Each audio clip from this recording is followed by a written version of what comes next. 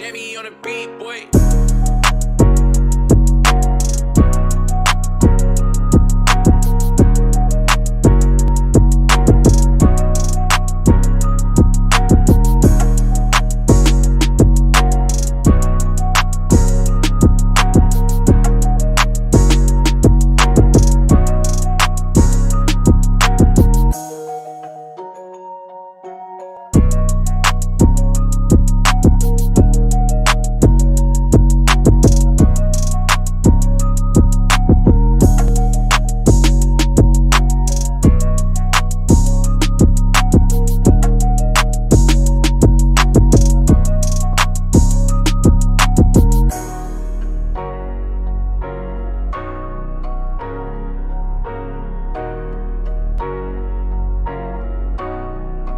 Jimmy on the beat, boy.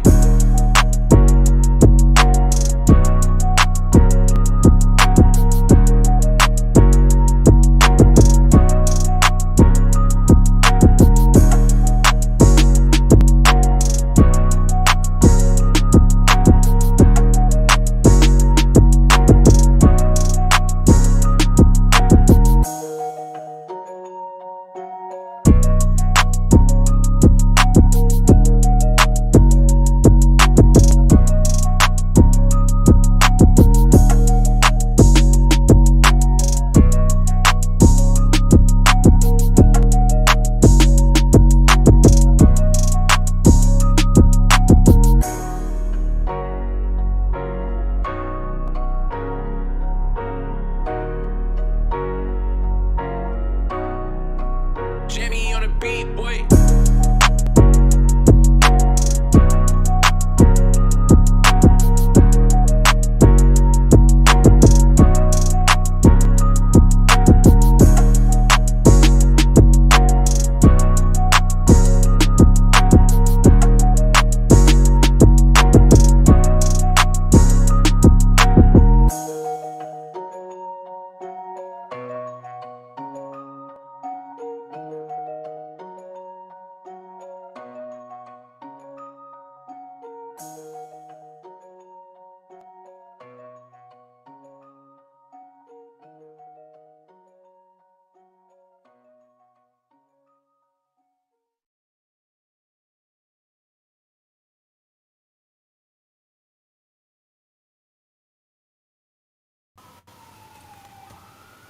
What's going on, everybody? Welcome to the Gin College Podcast. I'm your host, John J. II, here with Cody Almasy. Here's some sirens in the background. Must be some crime going on down there in Ypsi. Cody, how you doing today, man? Hey, man, that's just another night here in Ypsi. That's just the backdrop, the audio backdrop I get every night. Sometimes get in the morning. That's just, you leave Ann Arbor and it gets a little rougher in the streets.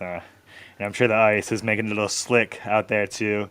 Hope everybody's traveling safely tonight. I'm just happy to be back, man. It feels good. It's been a little bit of a drought for the GCP here. Life's coming at you, at me especially, pretty quick and from every single direction. The birth of my first child is nearing.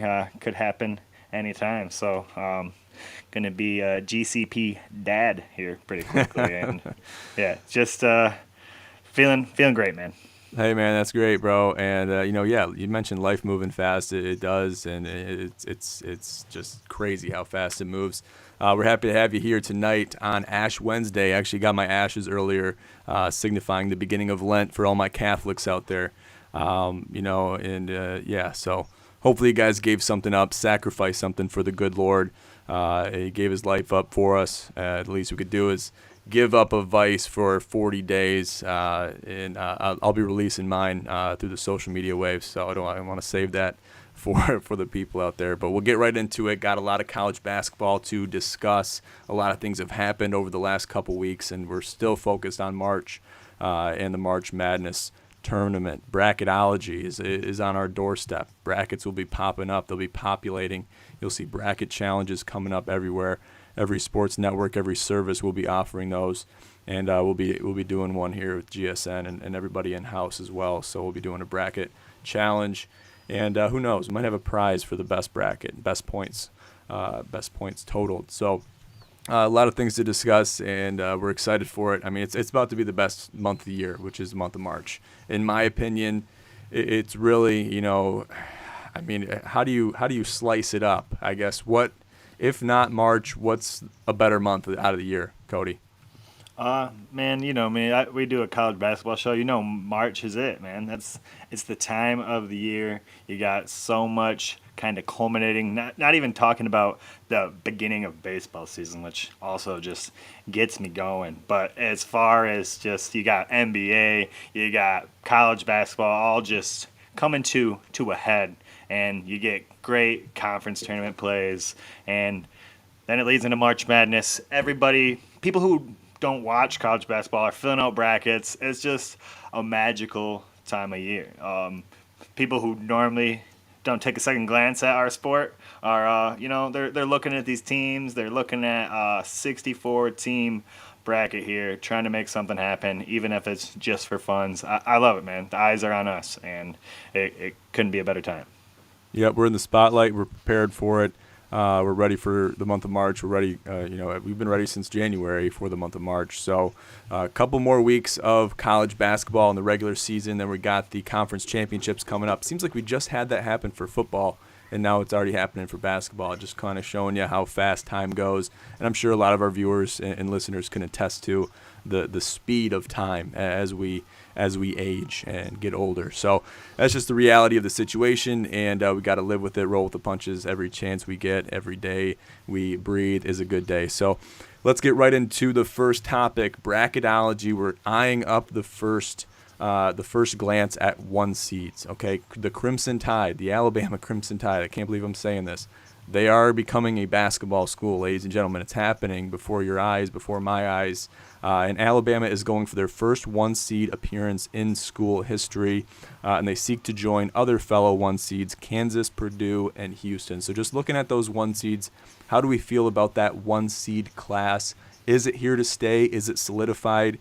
And if not, what can happen to alter that storyline? Yeah, I mean, I think if this college basketball season has taught us anything, is that those 4 seeds very well could change. In my opinion, numbers 1 through 7 of just the AP and the coaches' rankings are pretty just neck and neck with each other.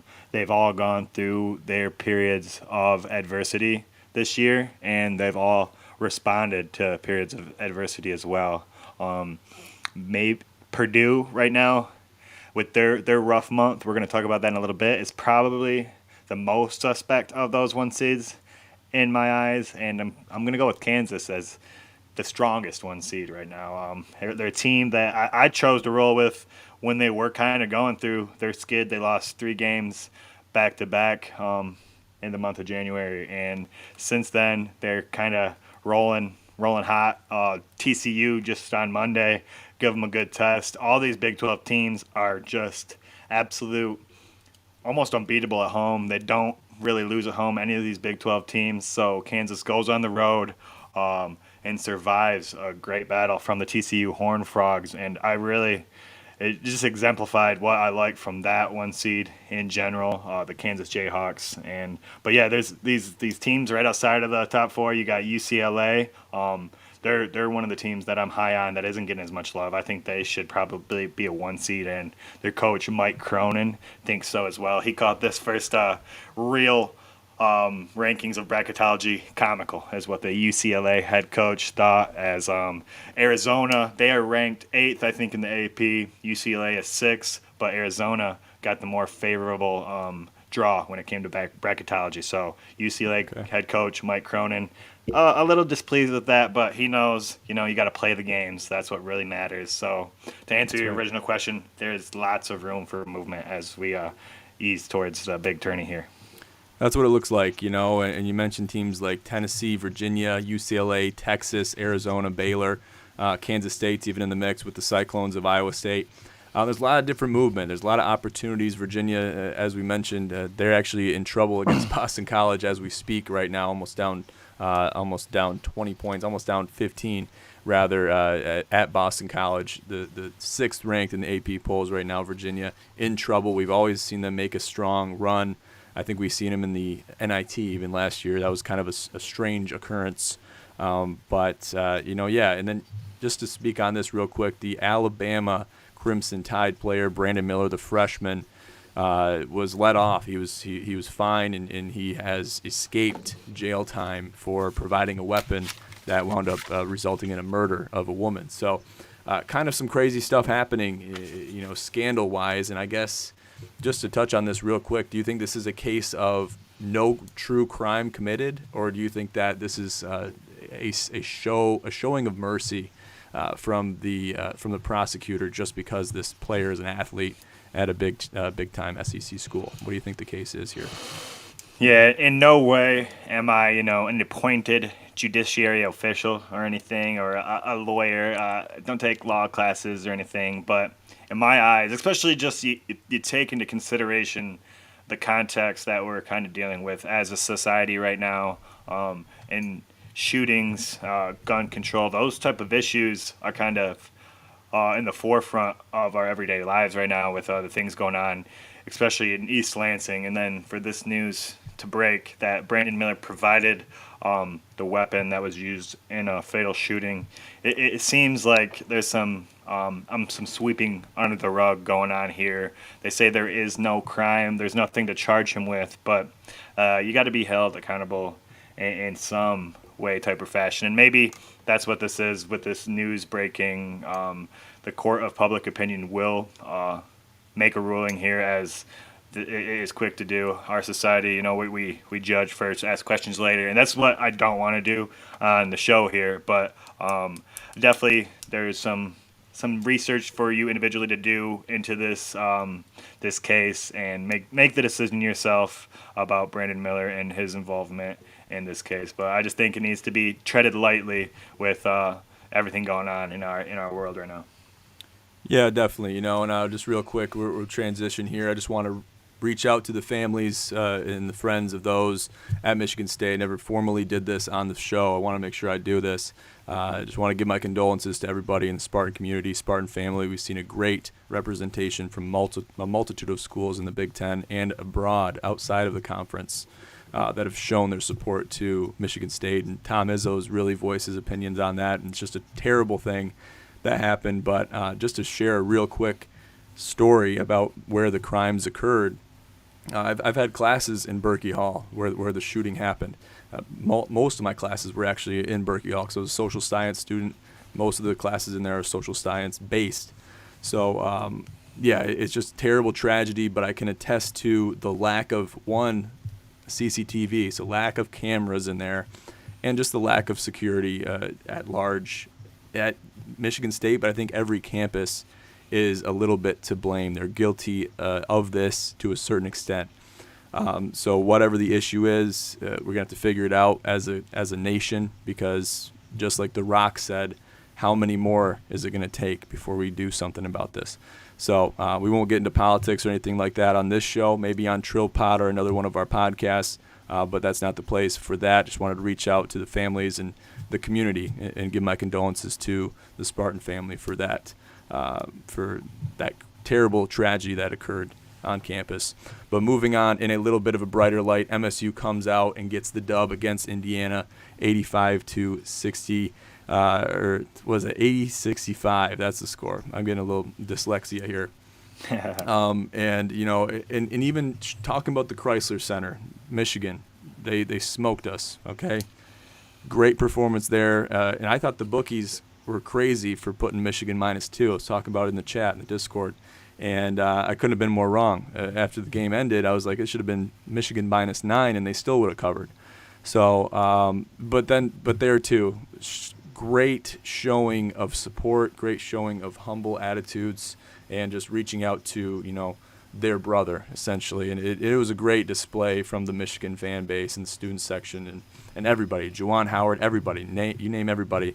And I gained a new sense of respect for the school at Michigan, the school down in Ann Arbor, okay, in A2, right there next door to you, Cody. And I've always respected the school to a great extent, but that was just a new level of respect that I don't want to say I didn't expect. I definitely expected something, but for them to go over the top and really do what they did, that was impressive. That was very high class. So, what do you have to say about that?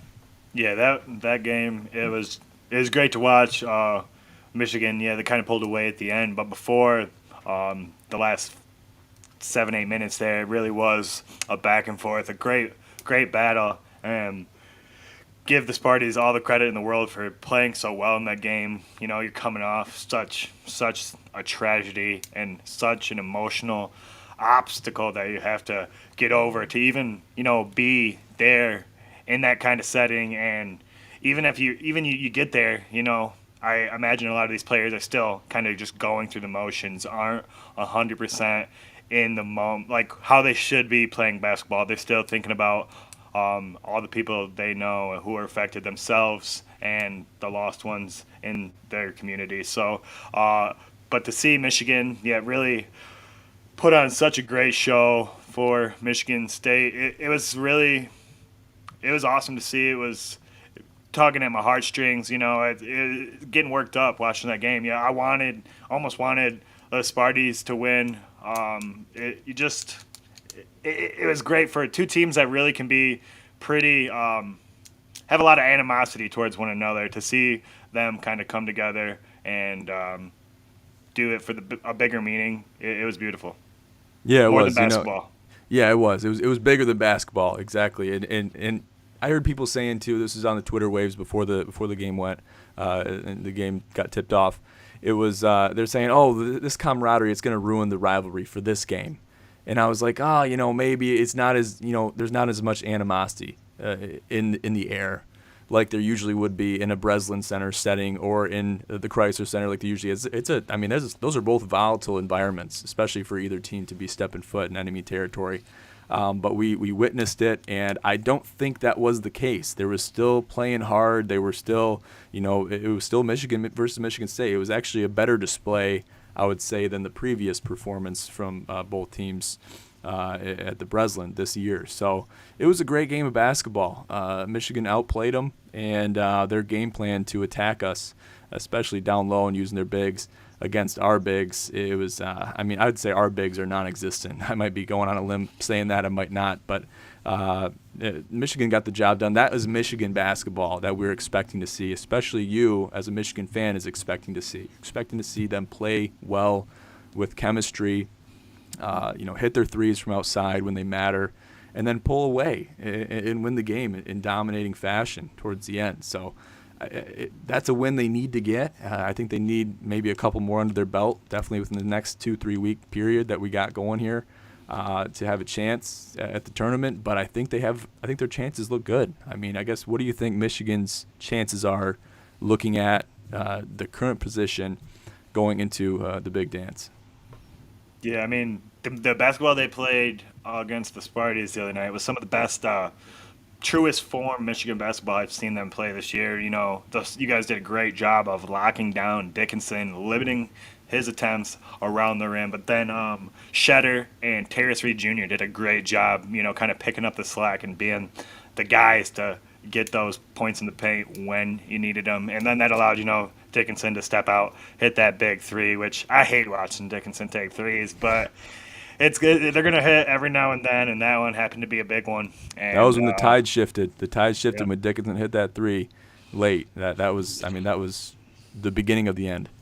And I'm not going to hold out my hopes here for an NCAA tournament bid. I think we would have to probably win out and then probably win the Big Ten tournament to get there.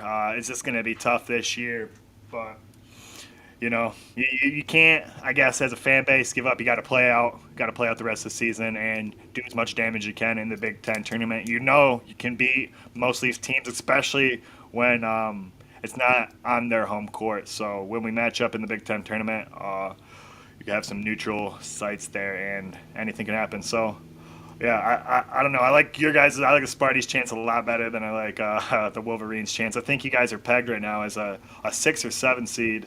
So you guys are looking pretty good. That's always where they seem to put us, and you talk about understanding where you are in that point in the season. finding yourself in that point in the season, whatever point in the season you are looking at where you're at. Okay, where are we at? Okay, this is the seed range. We're trying to get between a 5th and an 8th seed. Okay, great. Then you can work with that. Then you can roll with that. But and that's not the worst thing in the world, because you're kind of playing for positioning at that point. You play for positioning. You play for, positioning in the bracket. Then you can kind of, eye it up. You're never going to do it perfectly. There's just going to be teams that get a better path than others, obviously. But once you get to a certain point in the season, as long as you know you're in the big dance, or you have a great chance to be in the big dance, you can say, oh, we can lose a game here, maybe lose a game here, and that'll push us down to maybe the 5th, 6th, 7th seed. And then we have, better chance to get out of round 1 at least, or the second round, if you will. So there's different ways, different strategies going into it, and I know Tom Izzo is thinking about that. The problem with the Spartans is they're too spotty. They're too inconsistent. They have their games where they come out and they perform. They play well together. Great chemistry, great shooting from outside. Joey Hauser's making everything. Tyson Walker's just going crazy. And then even last night, Matty Sissoko is blocking the ball and smoking players in the face. I like to see that. I need to see that out of a big man. Matty Sissoko is the defined big man for Michigan State, and he's really not even a true big man. That's the problem. He needs more muscle mass. I don't think he really has the height to match up to a Zach Edey or even a Hunter Dickinson, really. But he needs more mass, and if that's their only big, then they're going to get outmanned down low. I mean, that's just the reality of the case. We're going to be able to play teams that are made up of men that are just dominating down low. So I think that can be their detriment.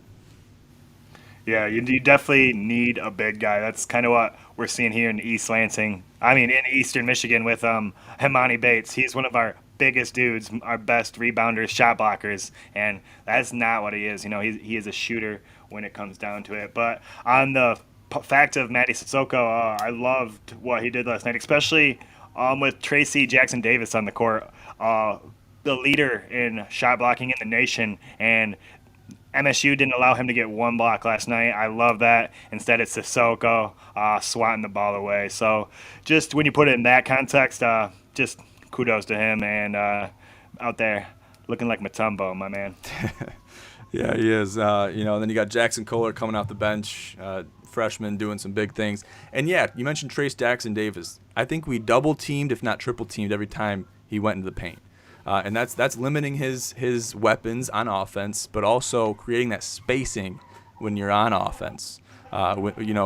Just to get spacing to get those shots off, because you want to be able to limit those blocks. If you can get spacing, especially those littler guys, smaller guys, Tyson Walkers, Jay Nakins, those types of guys. I mean, usually Trace Jackson Davis is going to be having a field day with those guys driving to the hole. He can time it perfectly. He's gonna glass them or block it way out of bounds. And that's why he's putting those kinds of stats up. They created that spacing and got those open looks last night, and that's why I think they got the win. They were hitting too. So that was a good game. And then we see him play Michigan. I don't even say that's a bad game. I think Michigan won that game. But then I can name countless other games where it's just that is not the Michigan State team that we've seen dominate. That you can just look at them and be like, that's not the same team that we saw. Whatever game it was, you can compare it to any game down the line where they had a dominating performance. So they're spotty, and hopefully that they can change that going into the month of March. Got a comment here from Sobo saying "Go green," and I will respond saying "Go white," because I have to. And what better time to do it than approaching March? It's January, February, Izzo, April, right? So. You guys get where I'm going. Cody's he's like, I don't know. This guy is going to be crazy. Okay, let's move on. Let's move on a little bit. Yeah. Let's move on. Let's change gears a little bit. Sobo, I got to get a hold of you. We got the Players Tournament coming up. I'm going to have you on the GSN pod. We're going to talk some golf. Let's move on. Let's talk about Purdue. So the team to beat in college basketball looks like it's Purdue. They've had some fumbles, but they can afford the fumbles they have. 3-3 in February with one game left. This Saturday, the Boilermakers get another chance at redemption, and then they get to play Indiana. So, Indiana's kind of in the same boat as a Purdue because they have also been spotty. You can even compare them to Michigan State because of how spotty they've been on the court. So What are we looking for in this matchup? Who do you think has the edge? Indiana's coming off a loss. Purdue is 3-3. What are we looking for in this game? Yeah, it should be a good battle. I'm liking Purdue to rebound. It's going to be in West Lafayette, so they got the advantage there. When Indiana beat them, Indiana kind of started the slide. Purdue, last time we had a GCP, they were boiling unanimously. They were number one in the nation, and nobody really was contesting them for that number one spot. But since then, maybe we weren't talking about them. They got a little self-conscious. They dropped 3 games in a matter of 4 contests, and 3-3 in February after having such a great regular season, and they got one shot to go above 500 in this month and kind of stop the bleeding a little bit. Now they are ranked 5 in the A poll, and I think it's a good chance here for Purdue, Zach Edey, Gillis to kind of rally. And Indiana and Purdue, they're rivals. They're both in Indiana there, and it's always going to be a great environment in either one of their stadiums. But I think that the Purdue Boilermaker faithful are going to be out in troves on Saturday, and are going to be letting the Hoosiers hear it and kind of taking a page out of what Michigan State just did to them. You shut down Trace and you let your shooters get looks away from the basket, and you might be okay. I think that Purdue is going to be able to beat Indiana. And Indiana, you talk about their spottiness. It's hard to believe that they're ranked in the top 25. When you look at the whole Big Ten, they're not really far and away separated from any of these other teams as far as standings. I think they're 10-7 in the conference, and you got 6 or 7 other teams in the Big Ten sitting at 9-7. So it is just packed in there, and I think just the mediocrity of the Big Ten, or just the parity of it, has provided them a good overall record that has let them get into the top 25. But I think their time there is about to come to an end. Yeah, I think Purdue has the edge here just with the current state of Indiana and where the Hoosiers are at right now. I think that they have potential to succeed. But Matt Painter, the coach of Purdue, sitting there at number 5 in the AP polls, he's comfortable at 5. I think he can stay there at 5. He's looking at those 3 losses in the month of February, and he's not sweating too much. You look at these 1 seeds, even if you're the number 1, which Purdue was for some time, they know, and Izzo he knows this too. State's been in that position as well, where they're in the number 1 spot in the AP polls. Everybody has your number, okay? Especially going into the month of March, you really don't want to be a 1 seed unless you're just kind of striding and coasting into that 1 seed position once the dying embers and all the dust settles going into Selection Sunday and everything like that. So he's sitting pretty. They're feeling good and getting there towards the middle of the pack. They're not worried about it. They're still looking at a 1 seed potential. So with those 3 losses, they could take them or leave them, and they happen to take them. So if they're not going to be overexerting themselves in these regular season games towards the back 9 of the regular season, then they just got to turn it up a little bit going into March. So it's late February, going into the tournament strong, high potential to win the Big Ten. Purdue has. So they just got to stay healthy and focus on that.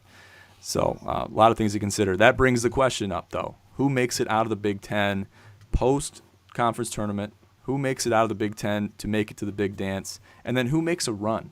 That's a follow-up question to the original question. Who makes a run out of those teams that make it out of the Big Ten? Yeah, it's a tough one, man. I'm having trouble finding a team besides Purdue that really, like I just said with Indiana, separates themselves from the pack of the Big Ten. Northwestern is second in the Big Ten. They have an 11-5 conference record, 20-7 overall. But I mean, that's a team that Illinois or Michigan State or Michigan could be on a neutral site any night. I'm not too confident in, say, Northwestern or Indiana, the Hoosiers, or Iowa, the Hawkeyes' ability to beat Purdue in the Big Ten tournament. And even if they do, they steal a win, I don't have any confidence in many Big Ten teams to make a good run. besides Purdue in the tournament, unless you get one of these magical stories, like 2016 or 17 when Michigan's plane had some issues on the way to the Big Ten tournament, and they had to play in practice jerseys, and it started some sort of magical run for the team that lifted them to the Final Four or something like that. So unless there's some bulletin board material, some kind of crazy story, I don't really see any of these Big Ten teams aside from the Boilermakers, and even then maybe making a deep run to the Elite Eight or Final Four of the Big Dance. Yeah, it's true. You got teams like Indiana, as we mentioned before, Illinois with potential, Maryland on the fence, Iowa, Michigan State also on the fence, Rutgers on the fence. Michigan, they need a miracle to get in.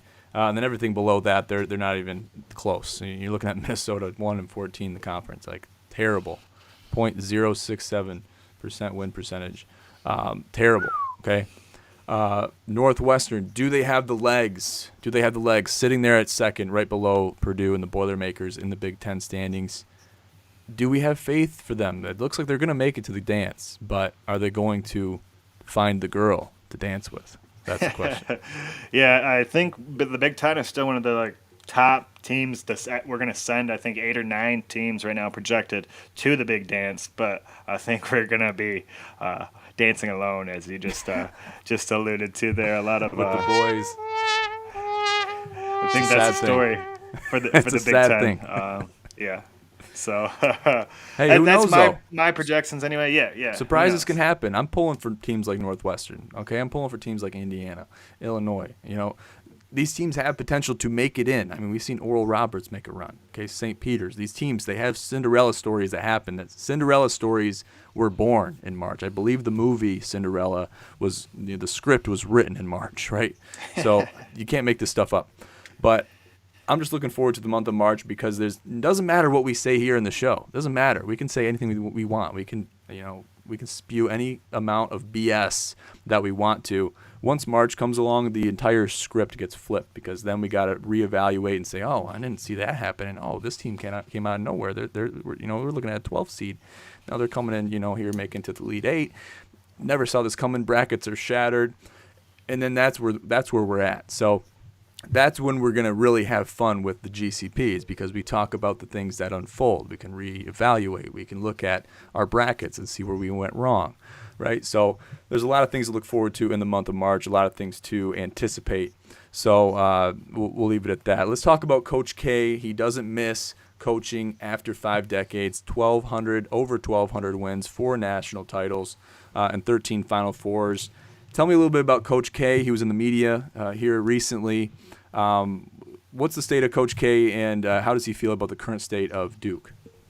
Yeah, he says he doesn't miss basketball. He's keeping himself busy. He's doing a lot of speaking, staying on the road, giving inspirational speeches, probably to high school cafeterias, gymnasiums, whatnot, doing the rounds, getting the youth excited about basketball and just being good men in general. That's a huge part of Coach K's repertoire, that is. And yeah, he attended his first Duke game since retiring. He was at Cameron Indoor on Valentine's Day. Don't know if he had a sweetie with him, but he was enjoying the sweet victory by the Blue Devils. They are undefeated at home still, but as far as their overall record, a little lackluster as far as Coach K standards are concerned. They're 20-8 overall, 11-6 in the ACC, 6th in the ACC. They are projected to be a 6th or 7th seed, I think, right around the same kind of projection that your Spartans are getting right now.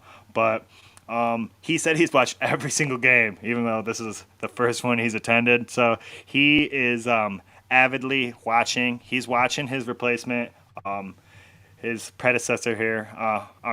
His processor, John Shayer, and he says he's ready to help. He's ready to step in and give him all the help he needs. But at the same time, he wants to let John build his own brand, kind of go through the struggles. And me and John were talking about that before pre-show here, and we think that's kind of his nice way of saying, Doug, you got to let me get my hands on this team, talk to him at halftime, something, rally the troops, and get some classic Blue Devil basketball being played here as we round out February and head into March.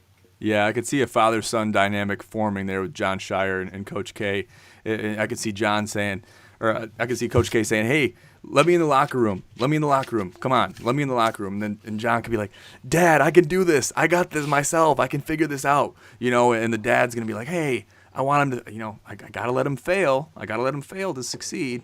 But at the same time, he might just need that extra little nudge because Coach K knows this more than anybody, and I know this too from watching Coach K coach for many years, and just knowing the team, the Duke Blue Devils. They are a basketball school. You know them as a basketball school. You're like, oh, do they teach basketball there? Because I can't see them teaching anything else like economics. No, they got teaching basketball and mechanics and basketball IQ and how not to travel and things like that. Because we see Duke as a team that is a win now program. They've been like that. They've been like that for ages, and we've known them as that team that makes Final Four runs and goes at championships. And if they lose, it's like, oh my God, Duke lost to them? No way. So there's a little bit of a disconnect there because at the same time, yes, Coach K wants to let John Shire fail, and he wants to let him find his way of sorts, but at the same time, it's kind of Coach K's legacy at the same time that's not necessarily at stake, but it's on the chopping block because they're starting to leave that area of a win now program just from this season. And people are starting to turn their heads away from the screen when Duke is playing. And I'm sure their ratings and their views have gone down because of that, because of their performance. And it is what it is. But there's got to be something done, hopefully a reconstruction act of some sort, to kind of say, all right, let's get back on track. This is Duke, okay? People come here to play basketball. Let's get this figured out. And maybe Coach K helps them with the, some summer camps or something in the off season, workouts, whatever it is. While you have Coach K in your corner, use him as much as possible because that's just going to open more doors for John Shire down the road. Exactly. And John Shire, I believe, played at Duke, so he knows how Coach K operates. He knows what he is looking for, and hopefully he can model his coaching style around something that that can be modeled from cookie cutter from Coach K, what he did and what his secret sauce was to generate so many wins and so many natties for the Duke Blue Devils. So we'll see what they do in the off season, but I don't think they even make the big dance, do they? Right now they're projected as 6 or 7. So okay, they're in there. Unless they you take a first round exit in the ACC tournament, then. But with teams like Virginia, where we see them just lose to Boston College, one of the top teams in the ACC, I think that Duke can get a win or two under their belt in the ACC tournament here, and maybe even improve their seeding a little bit. But how beneficial would that be to move up, at this point, or do you want to stay around a 6 or 7 seed? Then you're going to get, a lower seed. So yeah, we'll see how it plays out for the Blue Devils, but it's going to be exciting. Yep, yeah, it's going to be exciting how everything kind of pans out in the niches of these conferences, especially the ACC and the Big Ten, like we've talked about tonight, with only probably sending they're not like the Big 12, I guess what I'm getting at, or the SEC, just looking kind of loaded right now. Yeah, the ACC is wide open. North Carolina is nowhere to be found. Yeah. And they're only real that historically that's the only contender, the true contender for Duke. I don't think I'm going on a limb here saying that's the greatest, or historically is the greatest rivalry in college basketball, is Duke and North Carolina. Okay, so if it's wide open, if they're opening the door for you, me being North Carolina and opening the door, then take Coach K in your corner right now. You still have potential to make an impact, to become a legacy just in this season. It's not like you've squandered the entire season. Bring in Coach K, say, what do I got to do to get this team prepared for March? What do I got to do to get them prepared for the tournament? Mentally, physically, diet. What does it take? What does it take? And I know he's especially got when you great consider the fact that he probably recruited some of these guys definitely on this team still. He's only 1 year removed, so he was in these kids' living room. So I'm right there with you. You got Coach K right now. He made it known he's ready to be utilized by you, John. So give him a call, get him in your locker room, especially once you get into the nitty-gritty of the ACC tournament. Utilize the great resource that is Coach K, and make one of those runs that we're talking about, those magic little Cinderella-esque. It's hard to consider Duke as a Cinderella, but with the season they've had, some of the losses they've taken, they would be a surprising team, no doubt. Yeah, definitely. And I think they could form a similar dynamic to Hubert Davis and Roy Williams, to what they have in that same thing. We got Hillary Plummer in here. Hi, Cody. Hey, Hilly. Got a fan there, Cody. Hey, Hilly. Yeah. Great fan. Thanks for always tuning in. About to be a great aunt, so congratulations to you, Aunt big time. Hillary. Yeah, thinking about that Roy Williams, Hubert Davis kind of duo. It's a dynamic duo. You see Roy Williams behind the bench almost every game, and I think we could see something similar to that, and that's the next best thing for Coach K, because he wants to be involved. He's having that separation anxiety right now. He's like, oh my God, I should be there. I should be on that 28-foot marker.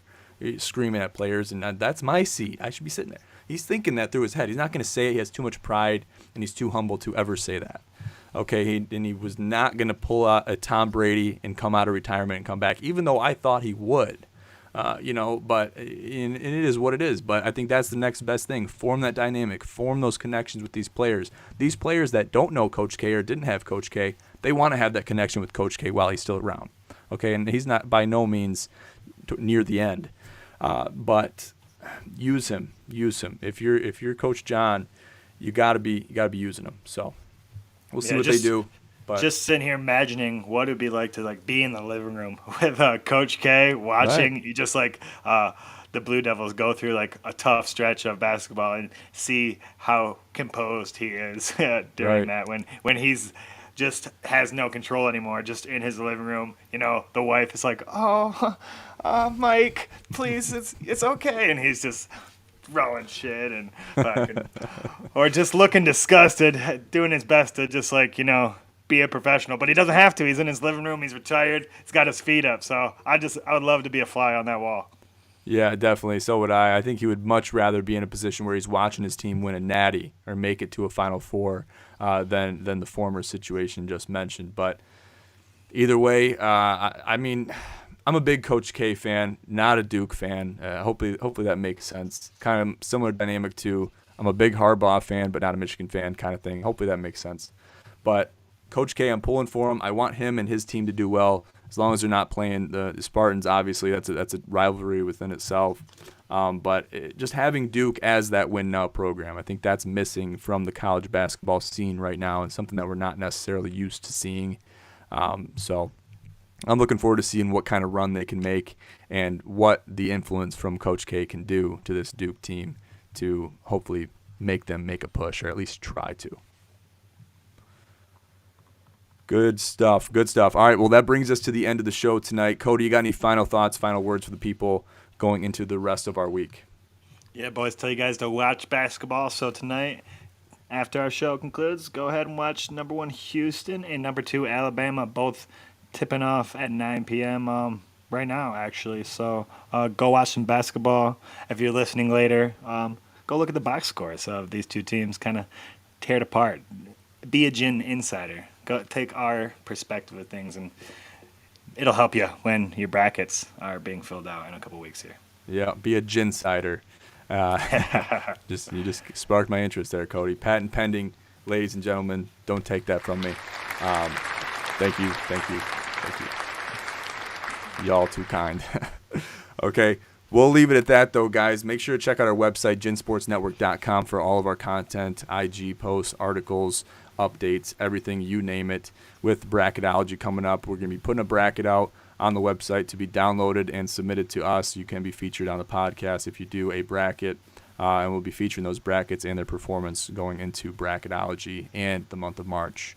We're looking forward to all of it. Follow us on IG, Twitter. Everything is in our Linktree. Linktree has been recently updated, so make sure to check that out and find all the links on there, everything relevant to GSN and all of our operations over here. And also the GSN Challenge 4 golf outing. It's been going on. This is the 4th edition of it, coming up this June 17th, 2023, Briar Ridge Golf Course in Montrose. Be sure to get signed up soon. You get a deal if you sign up before March 15th, so make sure to do that ASAP. and contact me or check out our website for all updates regarding the GSN Challenge 4. So we'll leave it at that, guys. Thank you so much for tuning into the GCP. I'm John J. II here with Cody Almasy. Have a great night.